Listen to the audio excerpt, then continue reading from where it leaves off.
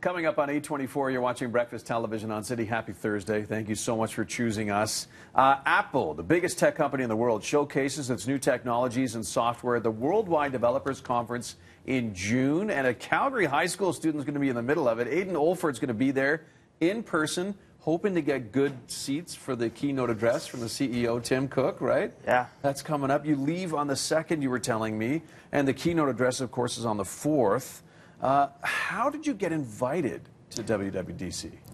So every year, Apple, for aspiring students or members of STEM organizations, accept up to 350 scholars. Okay. So essentially what they do is you, for a week, you submit, you work on a piece of code, then you send it to Apple, and then if they like it, they will choose you to come full. Yeah. So do they challenge you with like a particular problem you have to solve and like code around it? No, it's kind of just all open to whatever you want to build. So, okay, yeah. And did you, okay, now Aiden's being very humble here. He's developed an app. It's called Divi. We should roll the video of it here, a demonstration of it.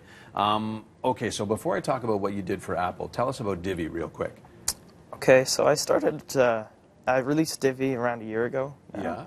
And I designed it as an app for high school and middle school students, even elementary, for quick memorization and of basic multiplication facts. Yeah. So basic math facts, yeah. Right?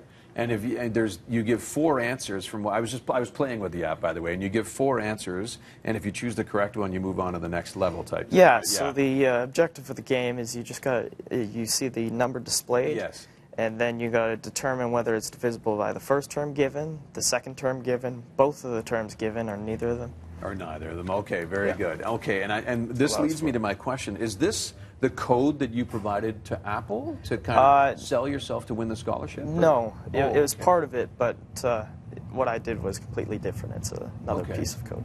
Okay. So you're going to not only see the keynote address at WWDC for 2018, you get to work behind the scenes with Apple's engineers. And what are you hoping to learn? I'm hoping to learn a few different things. Better how there's different sessions of how you can better design your app, better bring it to market, all that different stuff. Okay. And you talk about you're using all the terms that like professionals use, but you're just in grade 10. This is amazing. So, okay, we saw Divi, and your next project you emailed and told me is going to involve iOS, but also the Watch operating system, right? Yes.